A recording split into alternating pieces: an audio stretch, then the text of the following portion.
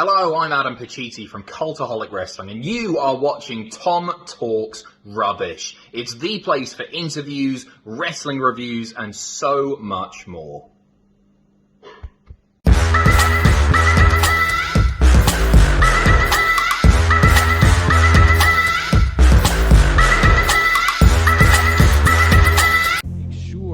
You subscribe to Tom Talks Rubbish. I highly recommend you subscribe here first. What's going on, guys? It's your boy, Tom Talks Rubbish, and I'm back with another interview. This time, I'm joined by Matt from Cultaholic. So, welcome to the show, Matt. Oh, it's a pleasure to be asked to do this, especially you've had such illustrious guests. You were telling me just before we started recording, actually, you had Alex McCarthy from TalkSport. So, I mean, to be in that sort of same bracket, you don't interview schmucks, clearly. So, I'm glad you've asked me. It's a pleasure. Yeah, my plan is to eventually get round everyone in Cultaholic that's willing perfect. to do it, sort of thing. Yeah. And I think I've done reasonably well so far. You've had a fair few anyway. I think, you've had maybe more than 5 anyway, right? You've had quite a few. Yeah. But we're not here to talk about me today. We're here to talk about you, good sir. But if we take this back to before you started working in wrestling, were you a wrestling fan before you started? Yeah, so I have been a wrestling fan since as long as I could remember, really. So I was born in 1996, meaning I was too young for the Attitude Era. So I grew up watching wrestling, maybe started like 2002 or something like that. It was basically when the Ruthless Aggression era was coming into prominence. So my early memories of wrestling are watching SmackDown, I tried to avoid Raw. Maybe that was because of Triple H Reign of Terror. I wasn't attracted to it. But SmackDown, you had guys like the SmackDown 6. You had guys like Rey Mysterio, and you know, as a kid watching Rey Mysterio do all these crazy flips and just this incredible stuff, I was just like in awe. And I think as a kid as well, the silver and blue just attracted me more as well. I was like, oh, look at these vibrant colours, whereas Raw was this dingy, dark, sort of red and black. You know what I mean? So I started watching early Ruthless Aggression era. I dropped off a bit when I went into high school because it was the sort of thing like you couldn't really openly admit. I think everyone does. That's been a common theme when I have been doing interviews, that like wrestling, to us it's cool, but like to the general public, we'll say wrestling's the outsider. Yeah, I would say I think the majority of wrestling fans have had some sort of drop off, especially, as I say, when I was going through high school. It wasn't cool to admit you're a wrestling fan, so I dropped off a little bit. I got back into it in 2014, and ever since I've been watching it non-stop. I've been pretty hooked, and I don't think I'll be going, especially, you know, working at Cultaholic, I don't think I'll stop being a wrestling fan, you know what I mean? Mm-hmm. So what was it in 2014 that brought you back?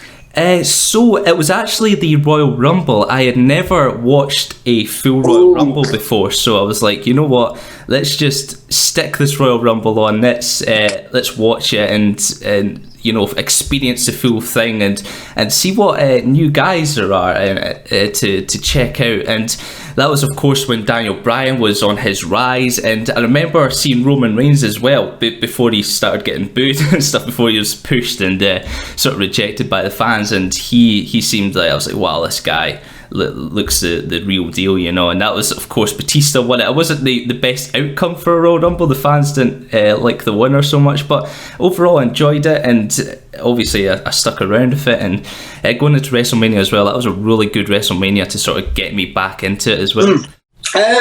Question for you. As a Ruthless Aggression child, Batista was obviously very big in the Ruthless Aggression era. But obviously, as you said, the fans didn't like the fact that he won the Royal Rumble that year. Yeah. So can you remember what your reaction was? I don't think I minded it too much because, as you say, Batista, I was a fan of Batista growing up. when I went back into wrestling, I didn't really understand it like I do now. I was like, why is everyone booing it? But of course, it was because he was a part-timer, and you had someone like Daniel Bryan who'd really grafted for the last year and a half.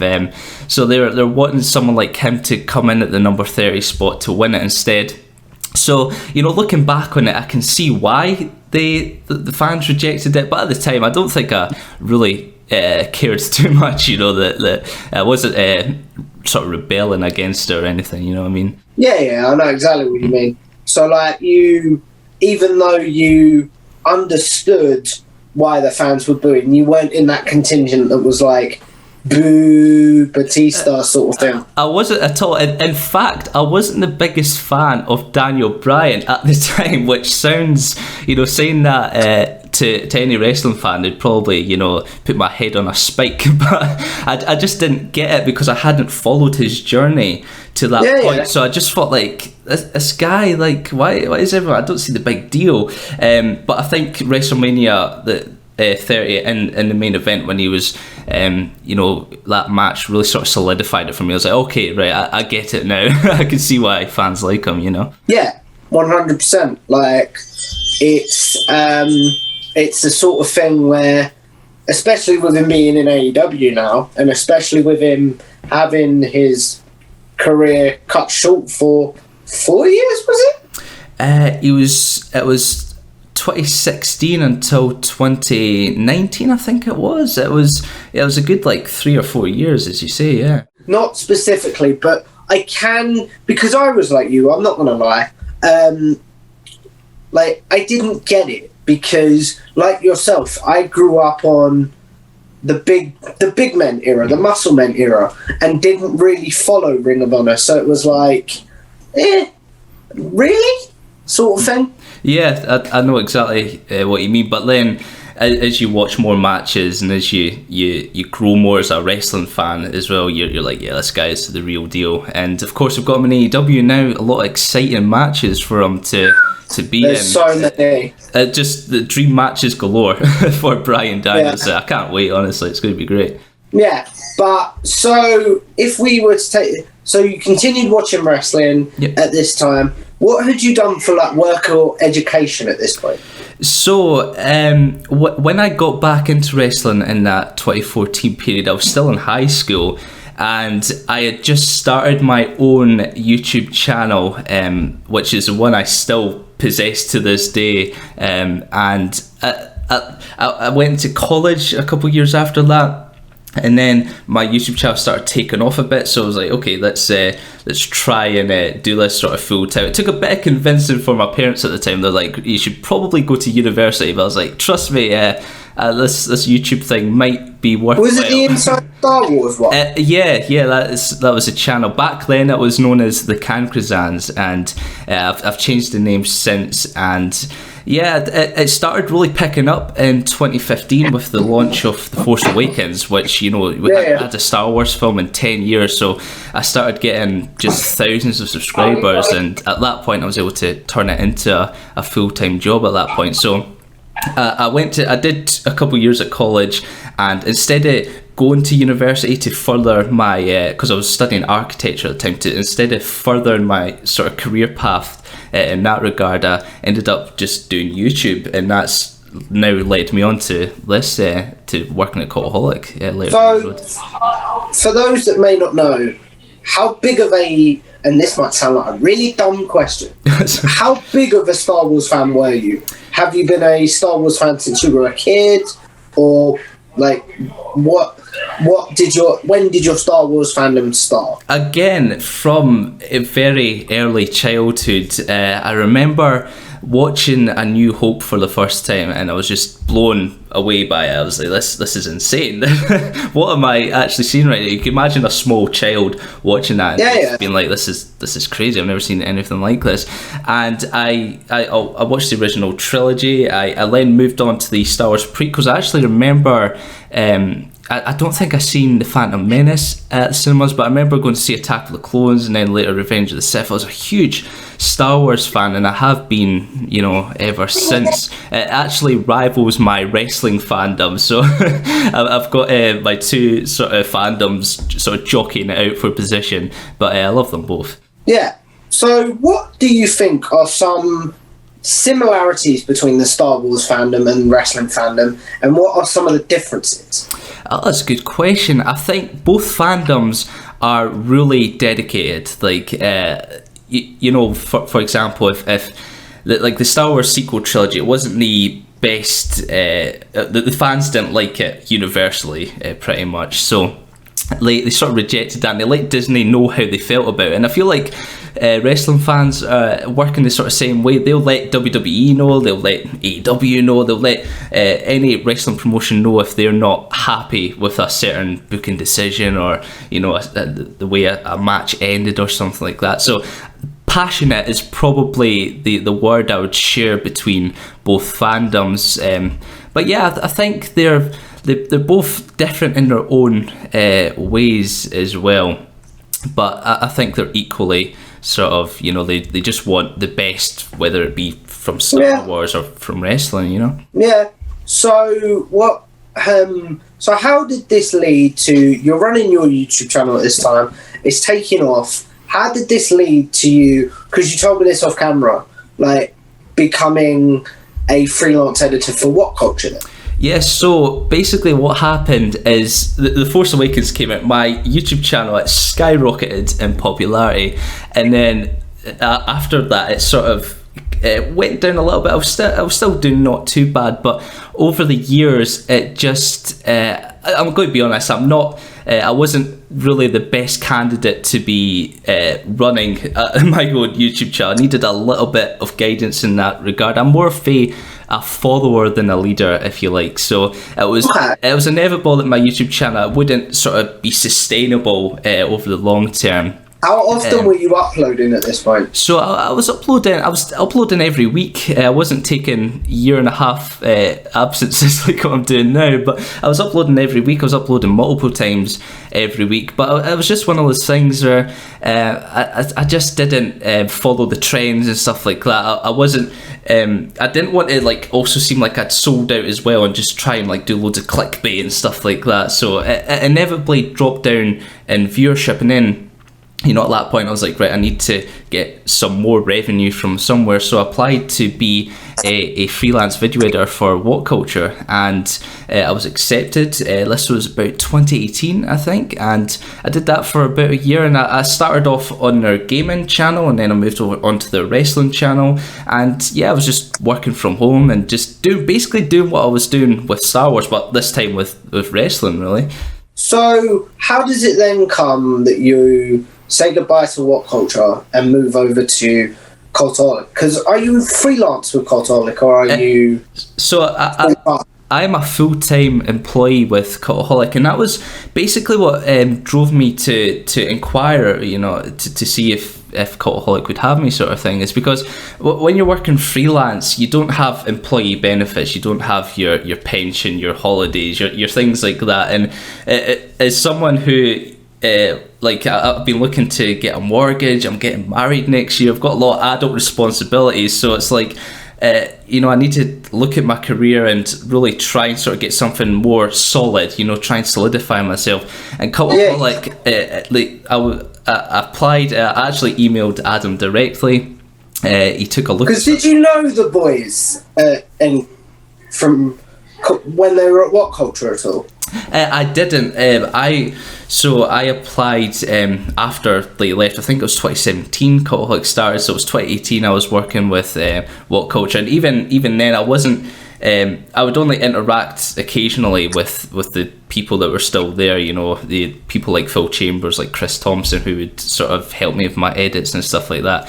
So I hadn't actually talked to anyone at Cultaholic. I just sort of gave it a punt. I was like, I'll just email Adam and see if I could get in there. And thankfully, he liked what he seen with my editing, because I had a playlist of all the WhatCulture videos I'd done, and he gave me a trial video to do. That went well, and I subsequently got the job there, and I've been full-time It was May 4th last year, so it was actually the height of the first lockdown. What a fitting day, though. I know, perfect, right? Star Wars Day. I know, it was written in the stars, Tom. That's brilliant. Yeah. That is actually really cool. I know, it's when that happened, I was like I don't think Adam meant it, you know what I mean? But I was like, this is too cool. And when it was my year anniversary, I had to point it out that it was Star Wars Day. I was like, yeah, I've been working here a year now. Oh, it's Star Wars Day, by the way.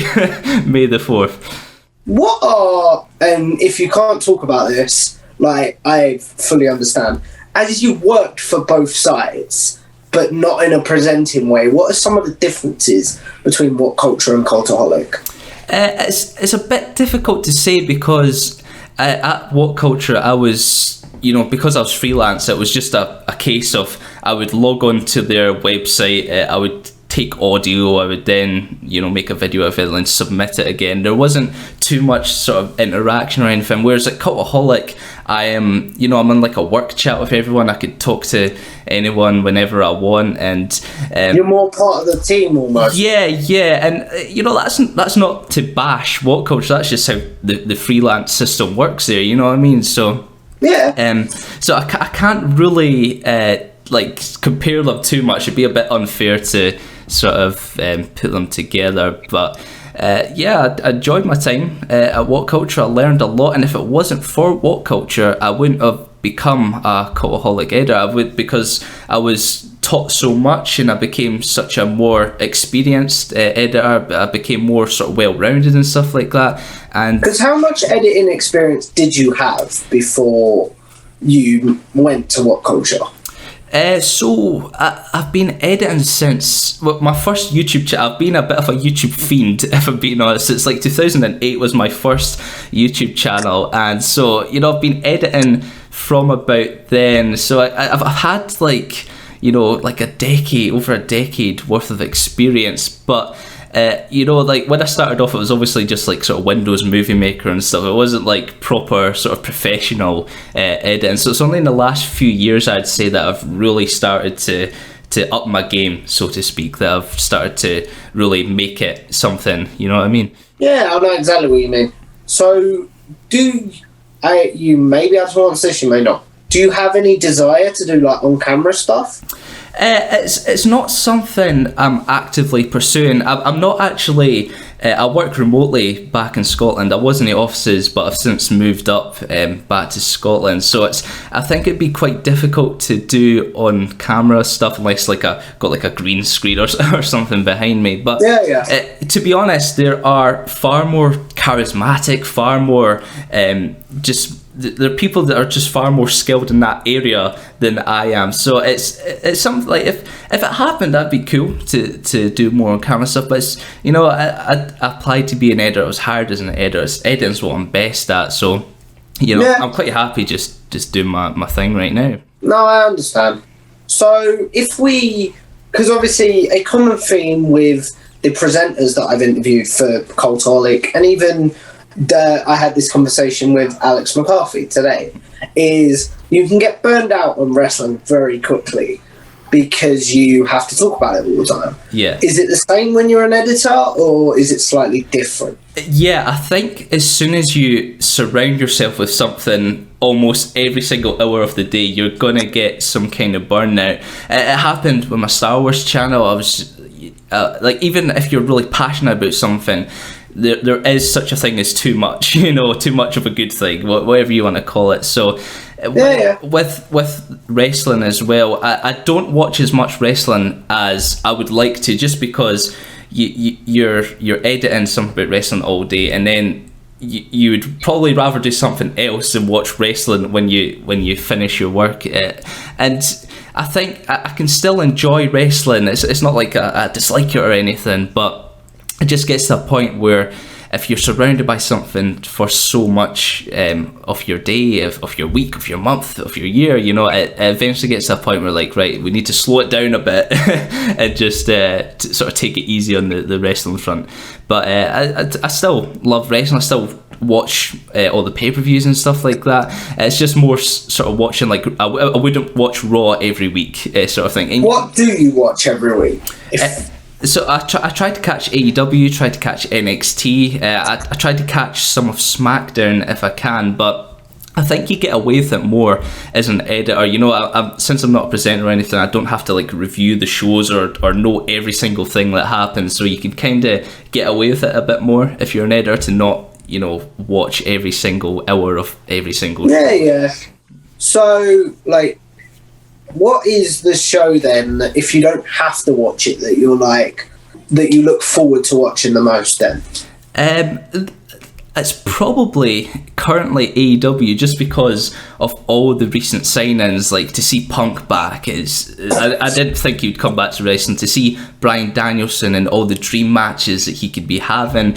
To see even someone like Ruby Soho, who I think kind of gets lost in the shuffle because you had Adam Cole debut and you've had CM Punk debut, Bryan Danielson. I don't think we should sleep on Ruby Soho, just because her ceiling in WWE was so much lower than what should have been. She could have been the champion quite easily, and she's already been treated better in AEW. She won the Battle Royal on her debut, you know what I mean? So I'm glad to see she's in a place where she seems to be better regarded, you know, she seems to be getting pushed more. I'm glad to see that. Yeah, I know exactly what you mean. So, when we talk about work that you do for WhatCulture, Cultaholic, not WhatCulture anymore, sorry, slip of the tongue.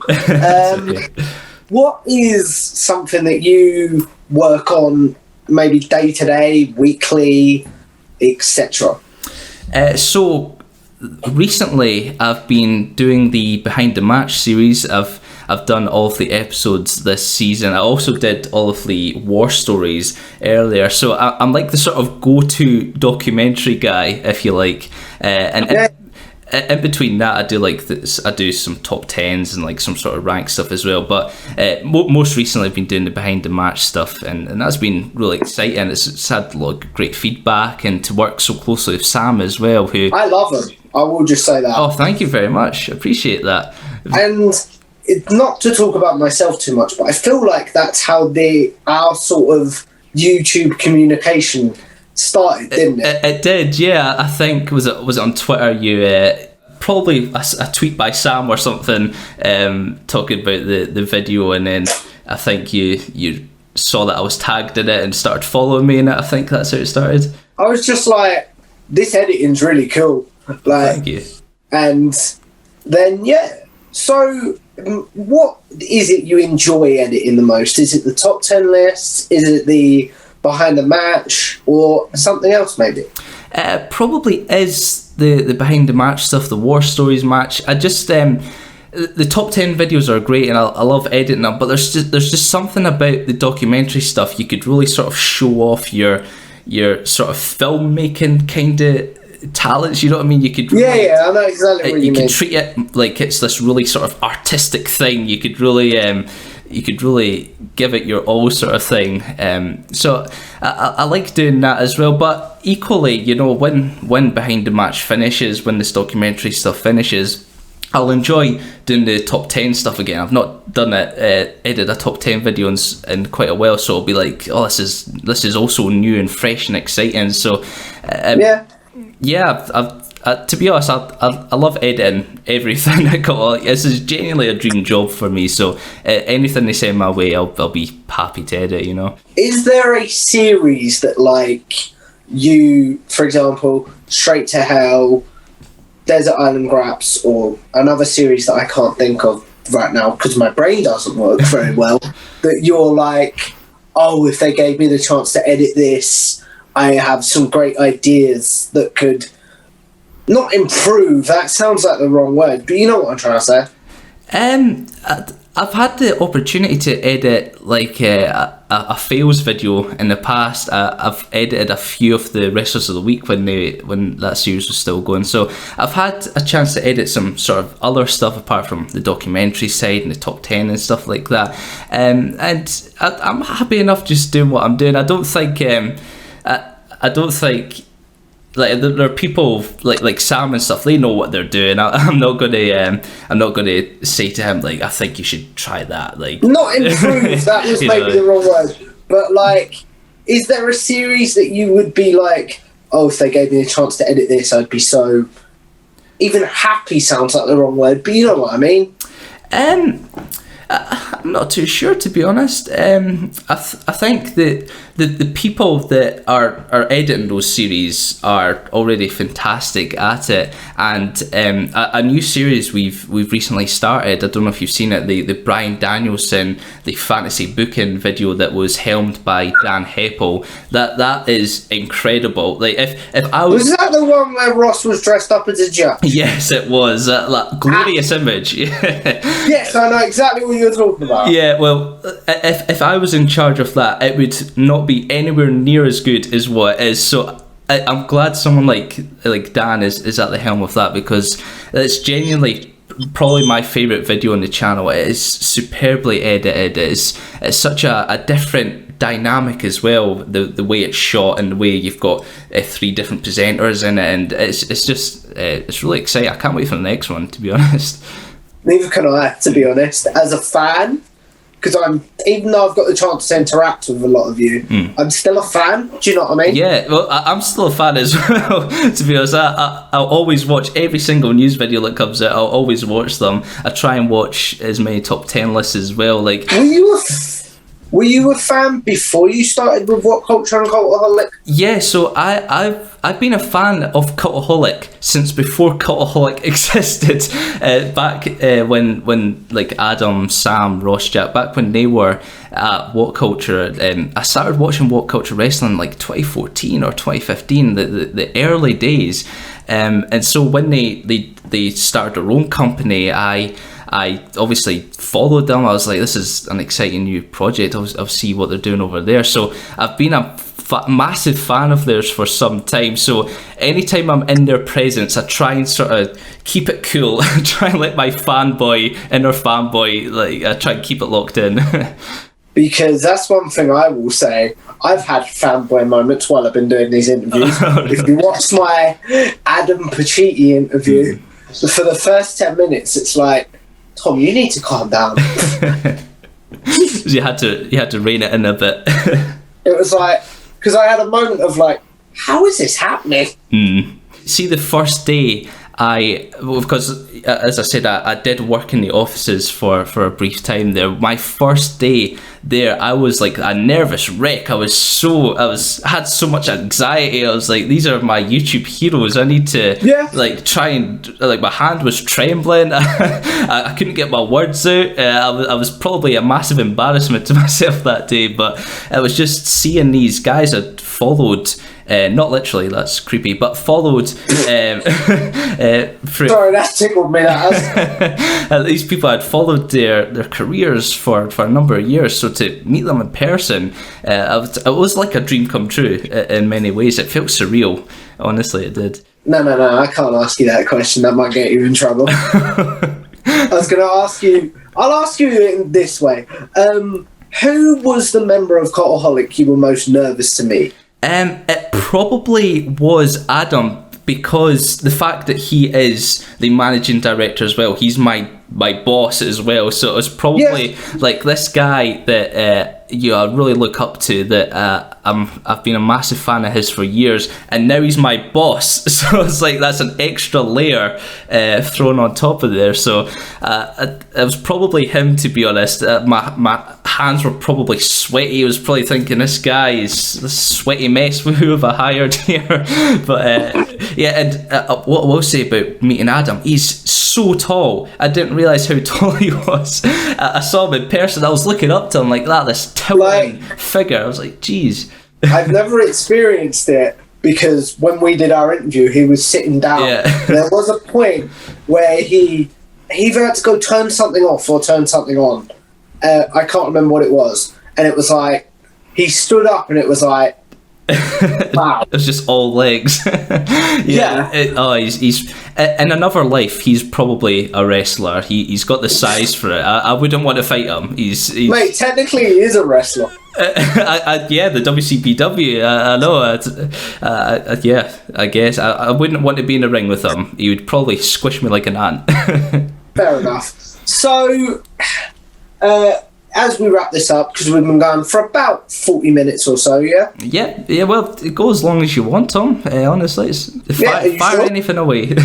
Are you sure? So, like, if we've talked about what you do mainly for Cultaholic, but if I said to you, look, you can only pick one, Cultaholic, like, either, because I know you don't upload on your YouTube channel as much anymore, but, like, you pick wrestling or Star Wars, which one would you pick?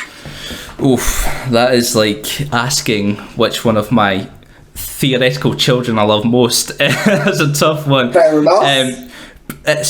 I'd probably have to go with wrestling just because it is my career path right now. You know what I mean? If I pick Star Wars, I'd be out of a job, I guess. But I love them both equally, I'd say, and I can't imagine what I'd be doing right now if Star Wars or wrestling hadn't existed. What career would I be doing right now?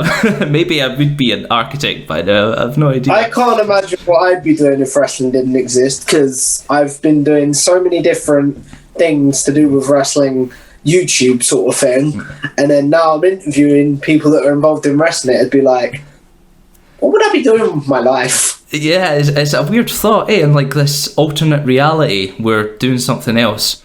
Yeah. So if we bring it up, do you think you can be an editor for wrestling YouTube videos without knowing the wrestling product or being a wrestling fan? I think you have to have at least sort of basic knowledge, because there are always little jokes and little references and the top 10 lists and stuff like that. I think you have to know, especially when they say an obscure name and you're like, right, okay, from my wrestling knowledge, I know who that is. I know that the image of this person I'm getting is that exact person, because obviously if you put the wrong person in, the YouTube comments they're like that. they get angry with you. So I think you have to have at least decent knowledge, to be honest. I don't think you could get too far if you had no idea. Like, who's Hulk Hogan? You know, Macho. No, I understand that, but like, what I mean is, I'm not saying like wrestling knowledge, but like, do you think, say you weren't a current fan of wrestling, do you think you could still work in wrestling because you had that knowledge as a child? Yeah, I think so. It always helps though to have knowledge on the most recent stuff as well. I don't think you could go into it not knowing, like, for example, who Big E is. You know, he's now the WWE champion. If people are like, who's this guy? You know what I mean? I think you still have to have some sort of basic knowledge. And like, for me personally, I don't know a lot about the 80s because it was before my time, but I know sort of roughly what happened. You know, the sort of the stuff you have to know, essentially. So I think you do need some sort of knowledge there, definitely. Okay.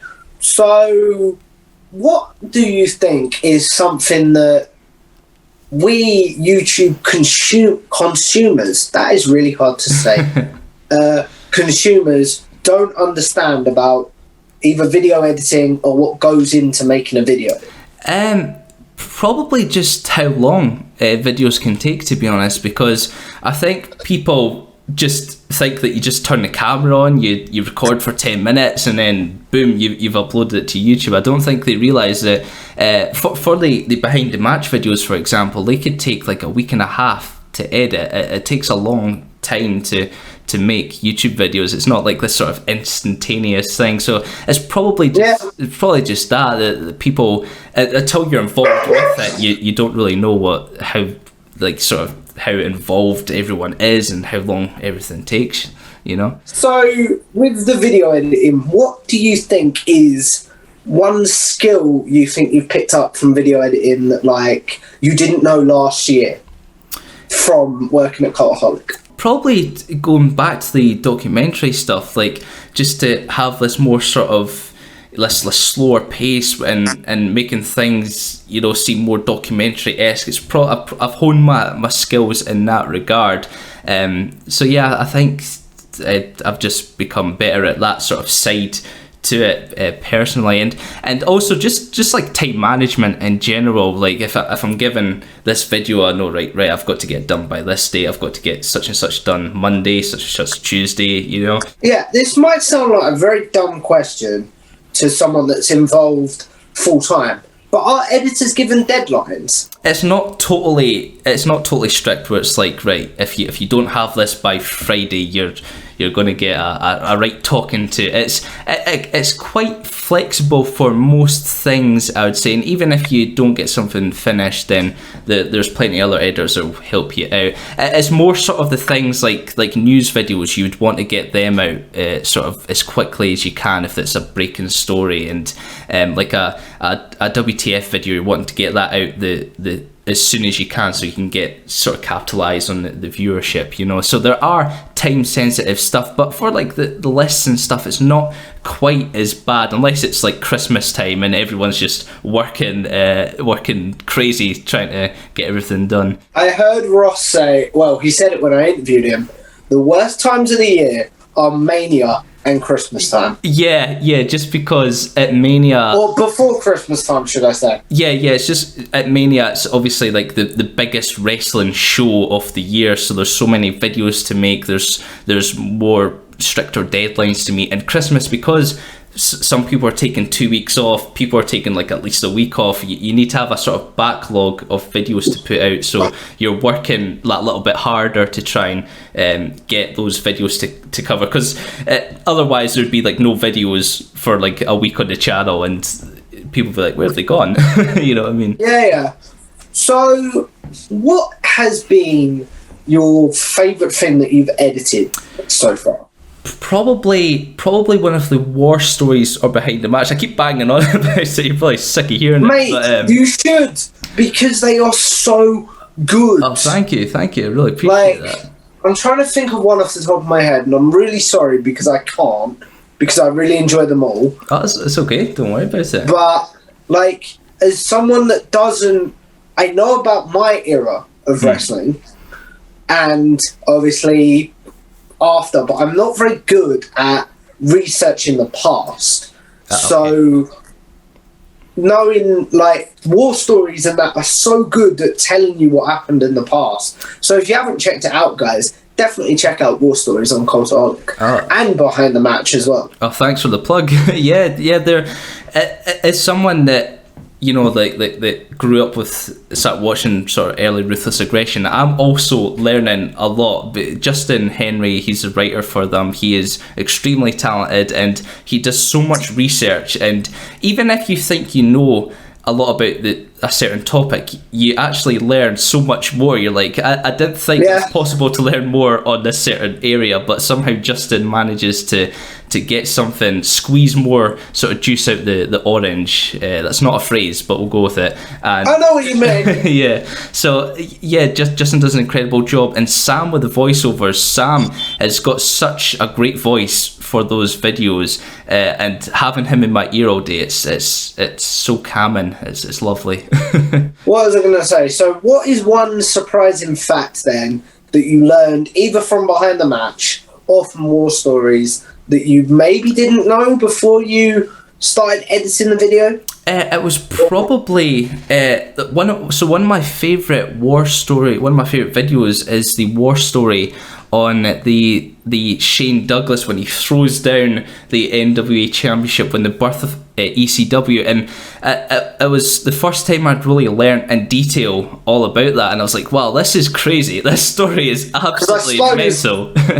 As a Ruthless Aggression kid, you didn't know much about wrestling outside of WWE? Yeah, and this is going to sound embarrassing. It wasn't until like I got into high school that I realised WCW was a whole separate entity from WWE. I grew up at a time where WWE owned WCW, so I just like assumed it was like this WWE thing, and I didn't understand the Monday Night Wars until way later than I should have, and I was like, what, WCW, that was his own thing? Wow, WWE nearly went out of business. That's crazy. So yeah, before my time, before I got back into wrestling and learning more through Cultaholic and stuff like that, I knew shockingly little about like the Attitude Era and stuff like that. So learning all about the birth of ECW, that is a fascinating story. And if people haven't watched that video, they should check out, because they'll learn a thing or two for sure.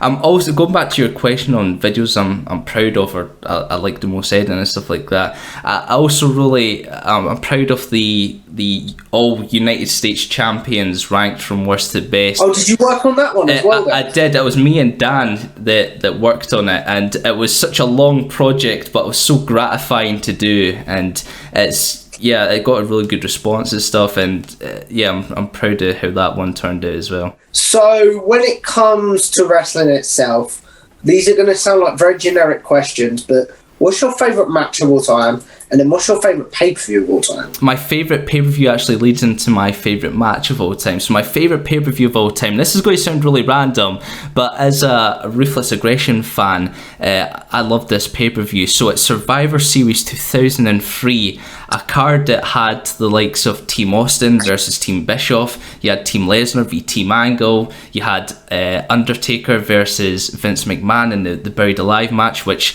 led to his comeback at WrestleMania and Kane getting involved and stuff like that. You had Kane versus Shane in the ambulance match. I just remember watching that so much as a kid, because we couldn't afford Sky Sports. So on the occasion that it was shown on Sky One on sort of free TV, if you like, we'd get my brother and I would get my dad to stick a VHS and record it, and the next day after school we would run home and watch that. So I just remember watching that pay-per-view and being so excited by all the matches. In particular, one of my favourite matches of all time on that pay-per-view is the Team Austin versus the Team Bischoff match. And I haven't seen it in a while, but is that the one where HBK is bleeding? Yeah, HBK is doing HBK things and bleeding like an absolute madman. That's a match that made me sort of solidify, like, okay, HBK, he's my favourite wrestler of all time. This guy... That was my next question, actually. Yeah, it was such an incredible performance. He was bleeding like nothing else. He could barely stand. He was the only one left on Team Austin. He had Randy Orton, Chris Jericho, Christian to try. They had to eliminate all of them to keep Austin in a job, and somehow he kept kicking out. Somehow he managed to get eliminations. Unfortunately, he couldn't get the job done in the end because Bischoff and Batista got involved. But it was such an incredible performance by Shawn Michaels. Fantastic stuff. Every time I interview one of you guys, you give me a new match to go back and watch, and I appreciate that, because as a wrestling fan, I'm very limited on my favourite matches sometimes. Yeah, well, you won't be bored anyway. You'll have plenty of matches to go back and watch. But I highly recommend that one. I think Shawn Michaels, just every near fall, you're hanging on to it. You're like, Austin, he can't get fired. Surely he'll kick out, and he somehow manages to do it. And it's incredible stuff. It's a great match. With watching that match, have you ever had a moment where, I don't want to say you forgot what happened, but like, do you get caught up in when you rewatch it and then you're like, oh yeah, he does lose, doesn't he? Yeah, it happens a lot of the time with like some of the better streak matches. Even though you're like, obviously you know Brock Lesnar ultimately defeats the streak, but you're watching a match where he's fighting someone like CM Punk, and or especially in the Hell in a Cell, where HBK he super kicks Undertaker, then he gets pedigreed as well, and you're like, that's a 3 count, and Undertaker kicks out at like 2.99999 seconds, and even though you know he's going to kick out, you buy into it for some reason. So that's probably one match or like any sort of Undertaker streak match, you know the outcome, but you buy into every fall as well. So we've talked about editing and stuff, but like, you've said you have not really a desire to do stuff on camera, but like, what is one editing technique you want to improve? I feel like every video I do, I'm improving, and like any feedback I get, I'm always taking on board and I'm always improving. So I feel like I've got a lot of stuff to sort of refine and get better at. So I think just in general, I think to see myself in a year's time, I'll probably look back and be like, yeah, I've improved, and I've got better at editing. So I think just sort of in general, there's always something new to learn. There's always like a new, like something like After Effects. I could get into that a bit more. There's always something I could, get a bit better at. Okay, and this might make you might be a bit big-headed with this question, but what do you think you're best at when it comes to editing?